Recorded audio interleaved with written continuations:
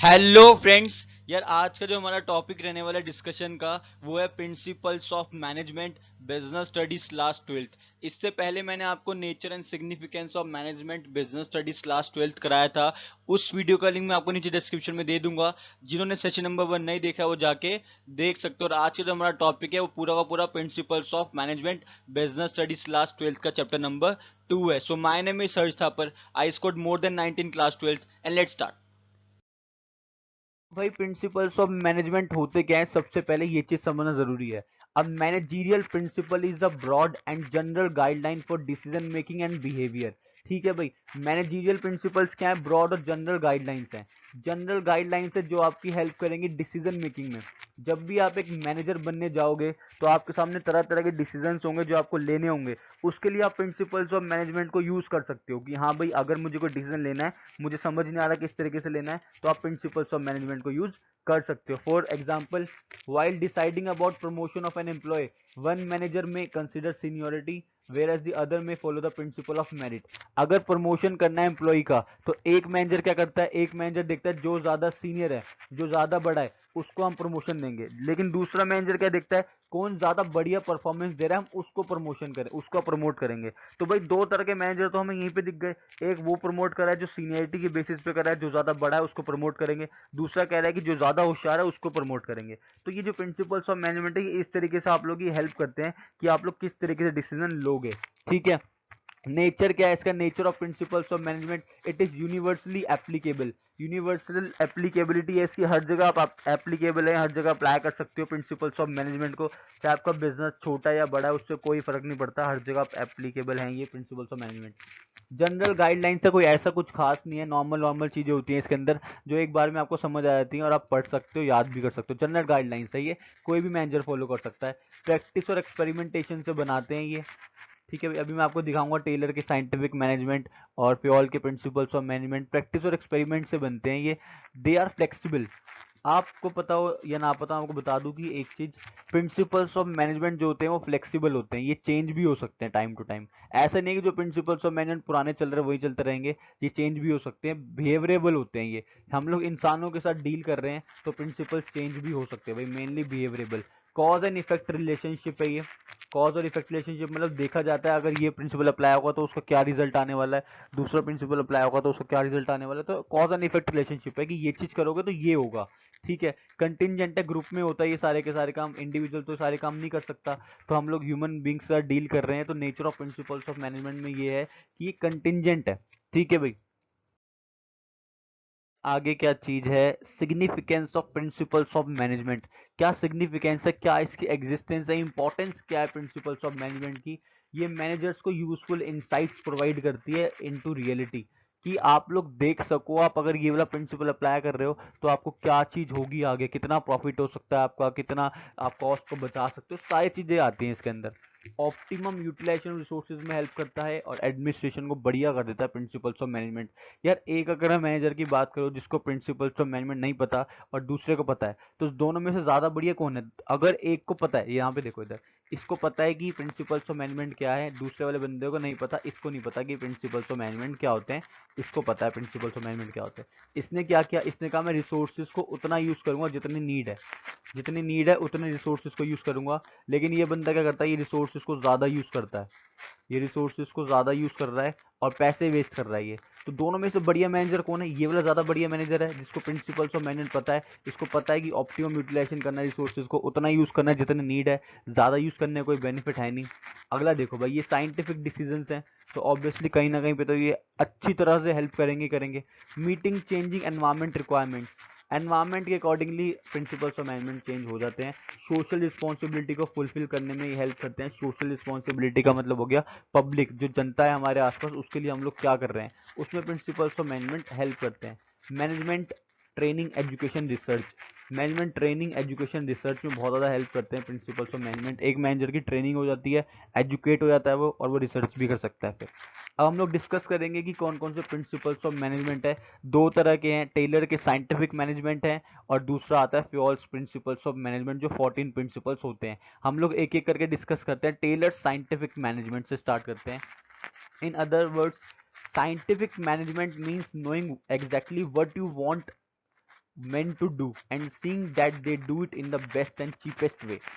Scientific management generally related होते हैं workers के साथ, ठीक है भाई। वर्कर्स जो सबसे नीचे लेवल पे काम करते हैं, वर्कर्स के साथ रिलेटेड होते हैं, मजदूरों के साथ रिलेटेड होते हैं ये मैनेजमेंट। इसमें क्या बोला हुआ है कि आप देखो आप अपने आदमी यानी वर्कर्स से क्या कराना चाहते हो और उसको किस तरीके से कराओगे कम से कम पैसों में, उसको बोलते हैं टेलर्ड साइंटिफिक मैनेजमेंट यानी कि scientific management. In short scientific management deal कर रहे हैं वर्कर की परफॉर्मेंस के साथ, किस तरीके से वर्कर की परफॉर्मेंस को बढ़ाया जाए, किस तरीके से कॉस्ट को कम करा जाए, ठीक है भाई। यहाँ पे देखो पहला क्या कहता है, science not rule of thumb. Science thumb वाला रूल नहीं है कि अंगूठा लगा दिए ये चीज दोबारा कभी बदलेगी नहीं, ऐसा नहीं है, चीजें बदलती हैं, ठीक है। Harmony not Discord. Harmony not Discord का मतलब है कि एक बंदा तो सारे काम नहीं कर पाएगा ना, तो सारे वर्कर्स को मिलके परफॉर्मेंस अच्छी करनी पड़ेगी अपनी, एक बंदे से तो कुछ नहीं होगा। Similarly cooperation not individualism.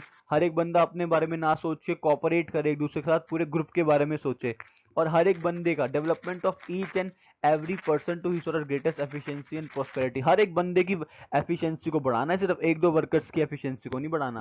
ये कहते हैं टेलर साइंटिफिक मैनेजमेंट। हर एक बंदे की एफिशिएंसी को उतना बढ़ा दो जितना वो बढ़ सकता है, उसको मैक्सिमम कैलिबर तक पहुंचा दो ताकि वो अपना बेस्ट दे पाए। तो ये थे हमारे टेलर साइंटिफिक मैनेजमेंट चार थे ये। Science not rule of thumb, harmony not Discord, cooperation not individualism, development of each and every person to his or her greatest efficiency and prosperity। I hope आप लोगों को ये चारों समझ आ गए हैं। आगे चलते हैं हम लोग। टेक्निक्स ऑफ साइंटिफिक मैनेजमेंट हमने बोल दिया कि सर हाँ साइंटिफिक मैनेजमेंट क्या होते हैं, science not rule of thumb, harmony not discord, cooperation not individualism. हमें हर एक बंदे का डेवलपमेंट कर रहा है, उसके ग्रेटेस्ट प्रॉस्पेरिटी तक, उसकी ग्रेटेस्ट एफिशिएंसी तक उसको बढ़ाना है। लेकिन किस तरीके से बढ़ाया जाएगा, ये चीज़ें होंगी किस तरीके से। What are the techniques of scientific management. सबसे पहला आता है functional foremanship. Functional foremanship case studies के रिस्पेक्ट में बहुत ही ज़्यादा इंपॉर्टेंट टॉपिक है। जब मैं आप लोगों को केस स्टडीज कराऊंगा तो फंक्शनल फॉर्मेनशिप पे भी एक केस स्टडी डाल दूंगा जो आपको समझ आता है। अब हम पढ़ते हैं फैक्ट्री मैनेजर। एक होता है फैक्ट्री मैनेजर जो फैक्ट्री को, ऑब्वियसली फैक्ट्री का मैनेजर है, फैक्ट्री को मैनेज करता है। इसके अंदर दो बंदे आ गई है, प्लानिंग इंचार्ज और प्रोडक्शन इंचार्ज। प्लानिंग इंचार्ज और प्रोडक्शन इंचार्ज। प्लानिंग इंचार्ज करता है ये वाले सारे काम करता है ये फैक्ट्री में। Instruction card clerk. Instruction card clerk क्या करता है, इंस्ट्रक्शंस बनाता है किस तरीके से आप लोगों को काम करना है। फिर आता है राउट क्लर्क, कौन सा काम पहले होगा कौन सा काम बाद में होगा ये डिसाइड करता है। टाइम एंड कॉस्ट क्लर्क ये देखता है कितना टाइम लगना चाहिए पर्टिकुलर काम को और कितनी उसकी कॉस्ट आनी चाहिए। और एक क्लर्क क्या करता है, एक बंदा क्या करता है, डिसिप्लिन बना के रखता है फैक्ट्री में, उसको हम बोलते हैं डिसिप्लिनेरियन। ठीक है भाई, ये चार हो गए। प्लानिंग इंचार्ज के अंदर ये चार बंदे आ गए, instruction card clerk, route clerk, time and cost clerk और डिसिप्लिनेरियन। प्रोडक्शन इंचार्ज क्या करता है, प्रोडक्शन इंचार्ज इसके अंदर चार बंदे आते हैं। स्पीड बॉस ये चेक करता है कि स्पीड सही है भी या नहीं है। गैंग बॉस ये चेक करता है कि सारी मशीनें वगैरह सब ठीक है नहीं है। रिपेयर बॉस रिपेयर करता है कोई चीज़ खराब है तो। और इंस्पेक्टर सारी चीज़ों को इंस्पेक्ट करता है। तो यहाँ पे होता है वर्कमैन। तो यानी कि जो एक वर्कमैन है ये कितने बंदों से लेगा इंस्ट्रक्शन, 8 बंदों से लेगा। ये इंस्ट्रक्शन कार्ड क्लर्क से लेगा, राउट क्लर्क से लेगा, टाइम एंड कॉस्ट क्लर्क से लेगा, डिसिप्लिनेरियन से लेगा, स्पीड बॉस से लेगा, गैंग बॉस से लेगा, रिपेयर बॉस, इंस्पेक्टर, सबसे। ये जो यहाँ पे वर्कमैन है ये सबसे इंस्ट्रक्शन लेगा, 8 बंदों से लेगा ये। ठीक है भाई, 8 बंदे इसकी परफॉर्मेंस चेक करेंगे डे टू डे वाइज। तो ये बहुत ज़्यादा मुश्किल हो जाता है थोड़ा सा, बट स्टिल स्टिल ये अच्छी चीज़ है कि एक वर्कमैन को 8 जगह से ऑर्डर मिल रहे हैं तो उसकी एफिशिएंसी बढ़ेगी। ठीक है भाई, आगे चलते हैं। नेक्स्ट है standardisation and simplification of work. ये सेकंड टेक्निक है साइंटिफिक मैनेजमेंट की, standardisation and simplification of work. Standardisation refers to the process of setting standards for every business activity. It can be standardization of process, raw material, time, products, machinery, methods और working condition। Standardisation क्या होता है, standardisation का मतलब होगा कि आप हर एक बिजनेस एक्टिविटी के लिए स्टैंडर्ड्स बना लो कि क्या क्या काम पहले होंगे क्या क्या काम बाद में होंगे। ठीक है भाई, इसमें प्रोसेस हो गया, रॉ मटेरियल हो गया, टाइम, प्रोडक्ट, सारी चीजें आ जाती हैं। ऑब्जेक्टिव्स क्या होते हैं इसके, to reduce a given line और product to fix type sizes and characteristics. Standards बनाने का एक और फायदा होता है कि सपोज अगर मेरे पास एक प्रोडक्ट है, ये प्रोडक्ट 1 है, ये प्रोडक्ट 2 है। ठीक है भाई, दो प्रोडक्ट है, प्रोडक्ट 1 प्रोडक्ट 2। इसको बनाने का क्या स्टैंडर्ड है, इसको बनाने का क्या स्टैंडर्ड, दो स्टैंडर्ड हो गए। इससे क्या हो गया, मुझे पता लग गया कि इस पर्टिकुलर प्रोडक्ट बनाने के लिए क्या प्रोसेस है और इस पर्टिकुलर प्रोडक्ट बनाने के लिए क्या प्रोसेस होता है, इजीली समझ आ गया मुझे।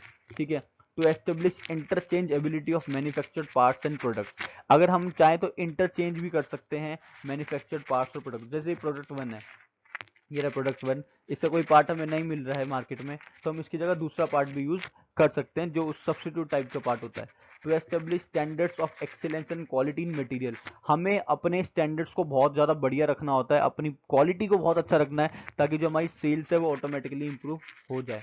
To establish standards of performance of man and machine, हमें स्टैंडर्ड्स बनाने मैन और मशीन के, कितना घंटे एक आदमी कौन सी मशीन को चलाएगा जिससे प्रोडक्शन जो है वो बहुत अच्छी तरीके से हो जाए। दीज आर द स्टैंडर्ड्स, हमें स्टैंडर्ड्स बना के रखने हैं कि भाई इस प्रोडक्ट को बनाने में इतना टाइम लगता है, ये बंदे काम करेंगे, ये क्वालिटी रहनी चाहिए, क्वालिटी चेक इस तरीके से होगा। तो पहले से सारे स्टैंडर्ड बना लिए, उसके बाद प्रोडक्शन हो जाएगी। नेक्स्ट है simplification of work. Simplification of work, simplification aims at eliminating unnecessary diversity of product. Unnecessary diversity को हटा दो, ये नहीं कि आप बोलोगे एक प्रोडक्ट को बनाने के लिए 10 जगहों से गुजरना पड़ेगा, नहीं भाई, नहीं गुजरना पड़ेगा 10 जगहों से। अगर 5 जगहों से वो चीज़ हो जाती है तो उसको सिंप्लीफाई करो। 5 मशीनों से अगर एक प्रोडक्ट बन सकता है तो 5 से ही बनाओ, 10 को मत करो। It results in savings of cost of labour, इससे क्या होती है कि लेबर की कॉस्ट बचती है, मशीन्स की कॉस्ट बचती है, टूल्स के भी पैसे बचते हैं। It implies reduce inventories, fuller utilisation of equipment and increasing turnover. इससे क्या होता है, हमारी जो टर्नओवर है बढ़ जाती है, कॉस्ट कम आती है और इक्विपमेंट का अच्छे से यूटिलाइजेशन हो जाता है। तो इस तरीके से हमें करना है वर्क को कि वो सिंप्लीफाई हो जाए, हमें ज़्यादा कॉम्प्लिकेट नहीं करना वर्क को। नेक्स्ट आता है टेक्निक मेथड स्टडी। मैं आपको ये वैसे ही बताया, तो मेथड स्टडी का मतलब होता है कि हम तरह तरह के मेथड्स देखेंगे प्रोडक्शन के, और जो मेथड बढ़िया होगा उसको अडॉप्ट कर लेंगे। This is called method study. Motion study में क्या होता है, किस तरीके से करनी है लिफ्टिंग वगैरह, सामान को किस तरीके से लेके जाना है, लेके आना है, कौन सा सबसे बढ़िया मोशन है, उसको हम बोलते हैं मोशन की स्टडी करना, और एक बेस्ट मोशन को सिलेक्ट कर लेना। टाइम स्टडी का मतलब है कि कौन सा टाइम बेस्ट रहेगा, एक मशीन और एक मैन को कितनी घंटे देने की वो प्रोड्यूस कर ले एक चीज़ को, उसको बोलते हैं टाइम स्टडी। और एक बेस्ट टाइम हमें निकाल लेना है कि इस टाइम में ये चीज़ प्रोड्यूस हो जानी चाहिए। फटीक स्टडी का मतलब है कि एक प्रोडक्शन करने के बाद, एक प्रोजेक्ट बनाने के बाद, ये जैसे भी मशीन और मैन यूज़ हो रहे हैं उसका तो बंदे थकेंगे, तो कितनी देर का उनको रेस्ट देना है उसको हम बोलते हैं फटीक स्टडी। ठीक है। Differential piece wage system, differential piece wage system का मतलब है कि हर एक वर्कर को अलग तरीके से वेज दिया जाए, सबको सेम वेज नहीं दिया जाएगा, इससे तो फिर मोटिवेशन ही नहीं होगा। जो बंदा ज़्यादा बढ़िया काम करेगा उसको ज़्यादा वेज मिलेगा, ज़्यादा बढ़िया जो काम करेगा उसको ज़्यादा वेजेस मिलेंगे, और जो बंदा बेकार काम करेगा, बेकार इन टर्म्स ऑफ दूसरे बंदे के कंपैरिजन में कम काम करेगा, तो उसको कम वेज मिलेंगे। This is called differential piece wage system. Case study के लिए बहुत ज़्यादा इंपॉर्टेंट टॉपिक। ज़्यादा मेहनत करोगे ज़्यादा पैसे मिलेंगे, कम मेहनत करोगे कम पैसे मिलेंगे। इन शॉर्ट मेहनत भी बोलो या ये बोलो कि कौन ज़्यादा रिजल्ट दे रहा है उसको ज़्यादा पैसे मिलेंगे, कौन कम रिजल्ट दे रहा है उसको कम पैसे मिलेंगे। Differential piece wage system. तो भाई ये जो साइंटिफिक प्रिंसिपल्स ऑफ मैनेजमेंट थे ये किससे रिलेटेड थे, वर्कर्स से रिलेटेड थे ये। बहुत ही सुंदर principles of management which is Fayol's principles of management. 14 principles हैं, इसको याद करने की मैंने एक टेक्निक बनाई थी बहुत ही ज़्यादा सुंदर, उसका लिंक मैं आपको नीचे डिस्क्रिप्शन में दे दूंगा, देख लेना। दादू यूएस रहने चले सो इजी, उसका नीचे लिंक डिस्क्रिप्शन में है, देख लेना कैसे याद करना है फ्योल्स के 14 प्रिंसिपल्स ऑफ मैनेजमेंट। अब पढ़ते हैं भाई, पढ़ना भी तो ज़रूरी है ना। सबसे पहला आता है डिवीजन ऑफ वर्क। जब भी आप कोई मैनेजिंग करना चाहते हो किसी भी चीज़ को, तो आप पहले वर्क को डिवाइड करो कि ये वर्क होंगे, एक पर्टिकुलर कंपनी में ये काम होंगे। ठीक है।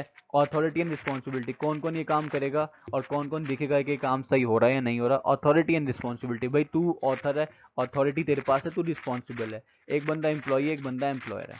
डिसिप्लिन मेंटेन करना तो भाई बहुत ही ज़्यादा ज़रूरी है किसी भी ऑर्गेनाइजेशन में। Unity of command, unity of command का मतलब है हर एक बंदा सिर्फ एक ही बंदे से कमांड लेगा, 10-10 बंदों से नहीं लेगा। हमने पीछे देखा जो टेलर साइंटिफिक मैनेजमेंट थे उसमें वो 8-8 बंदों से कमांड ले रहा है, तो वहाँ पे यूनिटी ऑफ कमांड नहीं थी, लेकिन यहाँ पे यूनिटी ऑफ कमांड की बात हो रही है कि हर एक बंदा सिर्फ एक ही बंदे से ऑर्डर लेगा। यूनिटी ऑफ डायरेक्शन मतलब सारे के सारे एम्प्लॉयज एक ही जगह मूव करेंगे।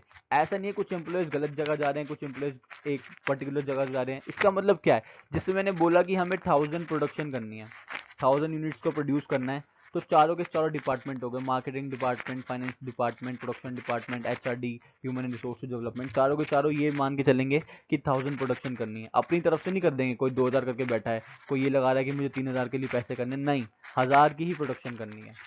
Subordination of individual interest to general interest, इसका मतलब क्या है, subordination of individual interest to general interest, हमें सारे इंडिविजुअल इंटरेस्ट को जनरल इंटरेस्ट में कन्वर्ट कर देना है। हर बंदा ऑर्गेनाइजेशन में अपने अपने पर्पस के लिए आता है, अपने अपने काम के लिए आता है कि हाँ मेरे को 10,000 मिल जाए मेरा तो काम हो जाएगा, हाँ भाई मुझे 20,000 मिल जाए मेरा तो काम हो जाएगा। लेकिन हमें सारे बंदों के एफर्ट्स को एक जगह पे लगाना है, हर एक बंदे के इंटरेस्ट को एक जगह पे लगाना है, वो है ऑर्गेनाइजेशन का गोल। अगर 1000 यूनिट्स प्रोड्यूस करना हमारा गोल है तो 1000 यूनिट्स ही प्रोड्यूस होनी चाहिए, ये गोल होना चाहिए सबका। किसको कितनी सैलरी मिलेगी वो सेकेंडरी है। यहाँ पे देखो यूनिटी ऑफ कमांड और यूनिटी ऑफ डायरेक्शन का बीच में डिफरेंसेस हैं, मैं क्लियर कर देता हूँ आप लोगों को। यूनिटी ऑफ कमांड का मतलब है कि हर एक बंदा, हर एक सबॉर्डिनेट एम्प्लॉय सिर्फ एक से ही ऑर्डर लेगा, एक ही सुपरवाइजर से ऑर्डर लेगा, 10-10 से नहीं लेगा। यूनिट ऑफ डायरेक्शन में क्या होता है, हर एक पूरा का पूरा जो ग्रुप है वो एक ही जगह मूव करेगा। सपोज 1000 यूनिट्स प्रोड्यूस करनी है तो सारे के सारे 1000 यूनिट्स को प्रोड्यूस करने के लिए ही मेहनत करेंगे।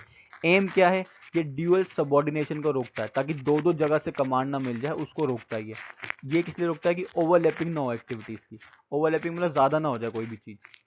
इम्प्लीकेशन, ये एक इंडिविजुअल एम्प्लॉय के लिए है और ये पूरी की पूरी एंटायर यानी कि पूरी की पूरी ऑर्गेनाइजेशन को अफेक्ट कर सकता है। ये हो गया unity of direction, unity of command के बीच में डिफरेंस। कई बार एग्जाम में पूछा गया है तो ये मेरा फर्ज था, मैं आपको बता दूं। आगे चलते हैं। Remuneration of employees.